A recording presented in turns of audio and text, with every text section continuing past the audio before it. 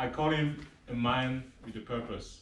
I remember talking to him when he came as a guest, and he knew exactly where he was trying to go with his speech, speaking career or speaking personal growth.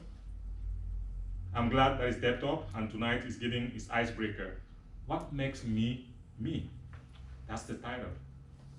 What makes me me? Tom Clarke. Thank you. Fellow Toastmasters, thank you. It's great to be here. I gave a lot of thought to this about what makes me me, or what makes us us, right? We all have DNA from our mom, we have DNA from our dad, but I really believe it's life that shapes us, things in our lives that happen to us shape us. So there's going to be 3 common themes to my life. I have 5 chapters so far. I have the wonder/terror years, teenage angst, making the most of my opportunities, a bad day at the office, and getting back to normal. So there's 3 things you'll know about me. One is I'm very competitive. I love to compete. The next thing you're going to know about me is I love quotes. 2 of the quotes that have stuck with me all my years is, "That does not kill you makes you stronger," by Friedrich Nietzsche, the German psychologist.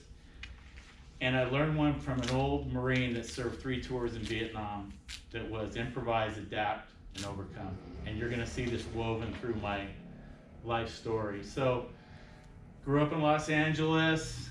It was like the Wonder Years TV show, kids everywhere riding bikes, playing baseball, sports. Everything was great on the outside, but I went into the house to an alcoholic mom who was abusive.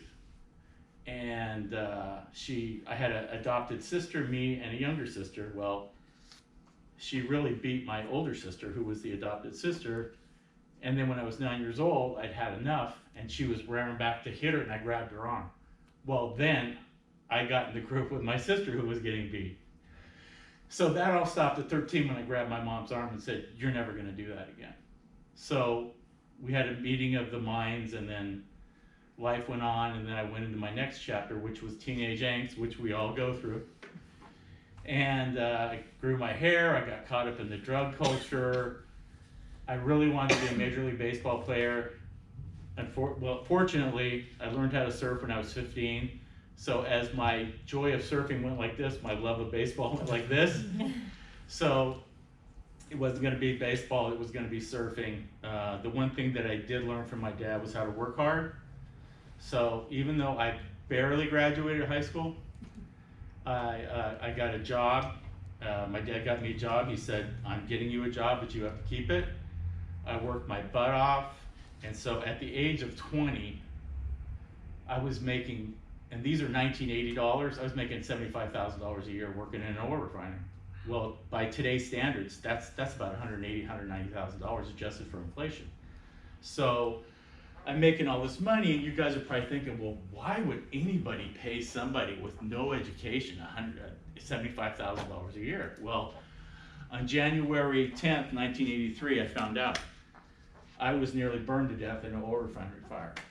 So I rolled into the hospital. Now this is a bad day at everybody says they have a bad day at the office, right? I had a bad day at the office. Like, you watch the old TV shows, Darren from Bewitched comes home, he's getting a martini, he had a real bad day at the office, right? Most people don't know what a bad day at the office is. So, went into work like any other day, and about 10 o'clock at night, there was a power failure in the refinery. Long story short, I was underneath the heater, there was a hydrogen fire, and poof, I'm burned. I'm 4 different hospitals, they couldn't take me. And my takeaway from there was I go back to Nietzsche. That does not kill you makes you stronger.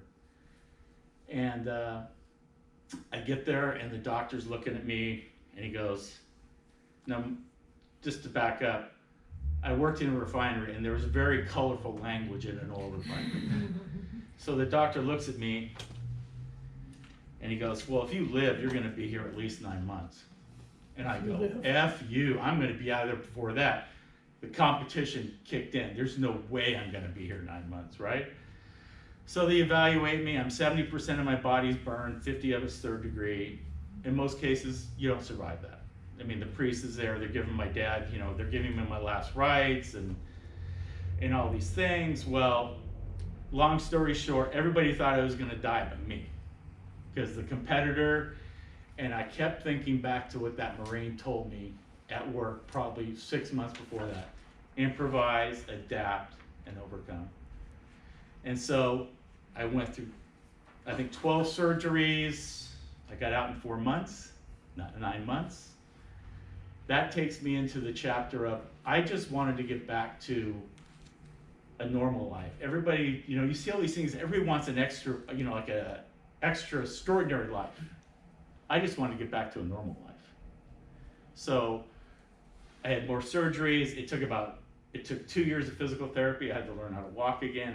And then I started getting you'll never use your arms again. You'll never be able to surf again. And that's just fuel to the fire. So I got full use of my arms. I got to surf again. And so I went back to college. I got my college degree. And all these things are based on, I improvised, I adapted, I overcame.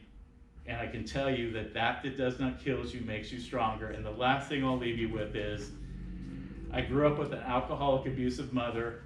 I'm not an alcoholic, nor have I ever abused my kids.